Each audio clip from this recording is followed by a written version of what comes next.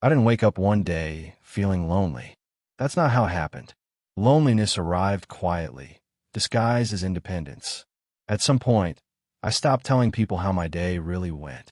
Not because anything bad happened, because nothing did. And somehow, that felt worse. Her name was Julia. We met years ago, before life turned into a sequence of tasks instead of moments. She laughed easily back then, not loudly. Honestly, we didn't rush into anything. That was one of the things I liked about her. There was no pressure to impress, no urgency, just time, or so I thought. We spent our early months learning each other's rhythms, not passions, habits. She noticed small things, the way I avoided certain topics, the way I listened more than I spoke, the way I paused before answering questions that mattered. "You think a lot," she once said. I nodded. She smiled. She didn't realize thinking was how I avoided feeling. Julia believed closeness grew naturally, that if two people stayed long enough, they would eventually meet in the middle. I believed closeness was dangerous, not because it hurt, because it asked for something I wasn't practiced at giving. We moved through life together without friction. That's what worried her. Not fights, not jealousy, the absence of resistance. Our apartment was calm, too calm. No slammed doors, no raised voices, just evenings where we sat next to each other, both present, neither fully there. She talked about her family, her childhood, the places she wanted to see. I listened carefully. I rarely added myself to those stories. One night, she asked me a question that felt simple. "What do you miss?" I stared at the ceiling longer than necessary. "I don't know," I said. She waited. I added nothing. That was the first crack. Small, almost invisible, but cracks don't need to be large to spread. Over time, Julia started filling the silence herself. She explained her feelings before I asked. She softened her expectations before I disappointed her. She learned how to protect herself without leaving.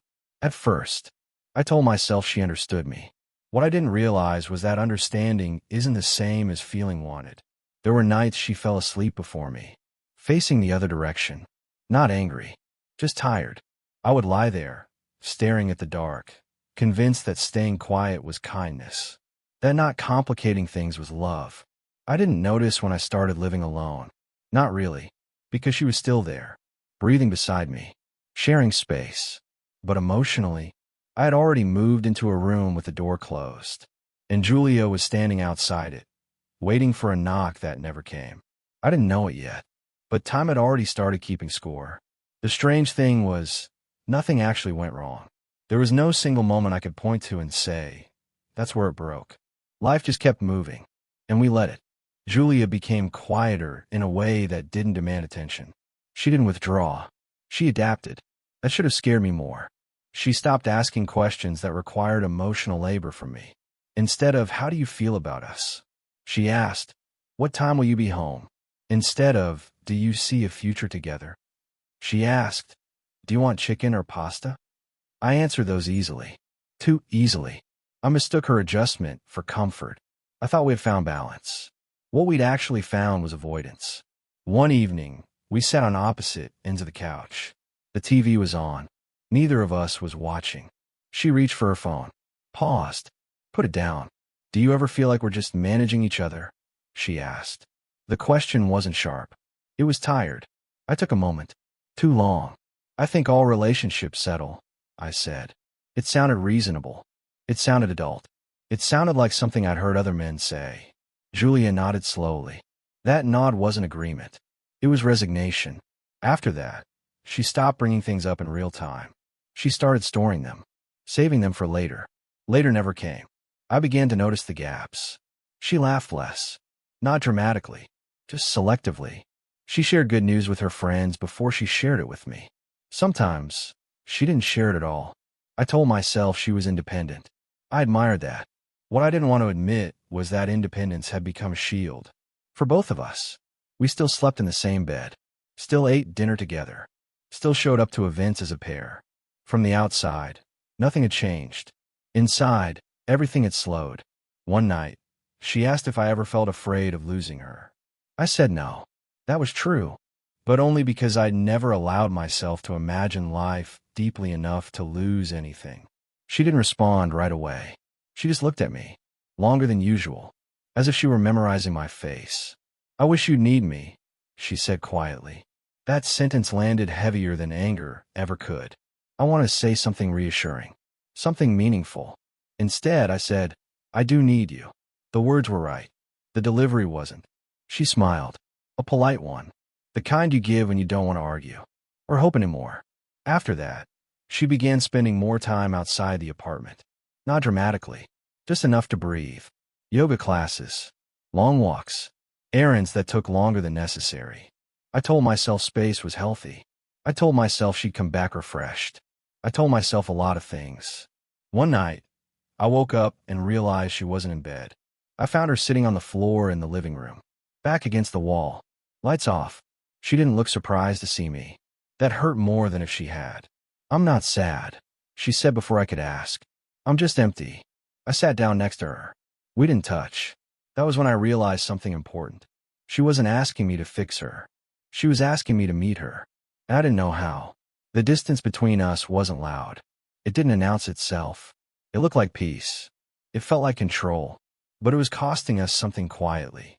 Minute by minute. I still believed time would sort it out. That silence would pass. That staying calm was the same as staying connected. I didn't realize time wasn't on my side anymore. Julia didn't leave after that night. Not immediately. Endings rarely announce themselves. They arrive through repetition. We tried something like effort. Not counseling. Not ultimatums. Just adjustments. She spoke softer. I listened harder. Neither of us crossed the distance between listening and meeting. Weeks passed. Then months. The apartment stayed calm. Controlled. Almost peaceful. One evening, Julia told me she'd accepted a job offer in another city. Not far, but far enough to matter. She didn't frame it as escape. She framed it as growth. "I didn't plan this around us," she said. That sentence wasn't cruel. It was honest.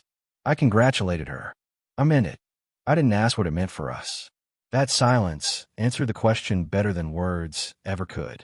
She started packing slowly. Not everything at once. A book here. A sweater there. The apartment thinned out. So did we. One night, she asked me something I'd never prepared for. "Do you want me to stay?" Not can I stay. Not should I stay. "Do you want me to?" My chest tightened. I wanted to say yes. Not reflexively. Deliberately. But the words didn't come with weight. They came with hesitation. And she heard it. "I think you want comfort," she said gently. "But you don't want closeness." I didn't argue. Because arguments require belief. The morning she left, there was no scene.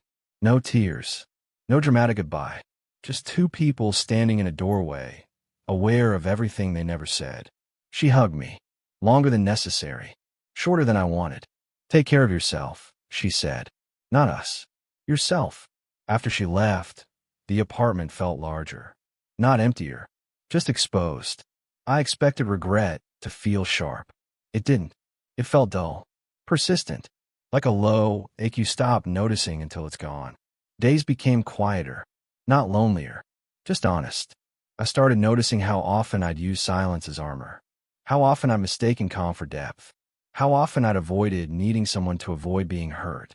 One night, months later, I sat alone and said her name out loud. Not to call her, just to hear it. I didn't feel like reaching back.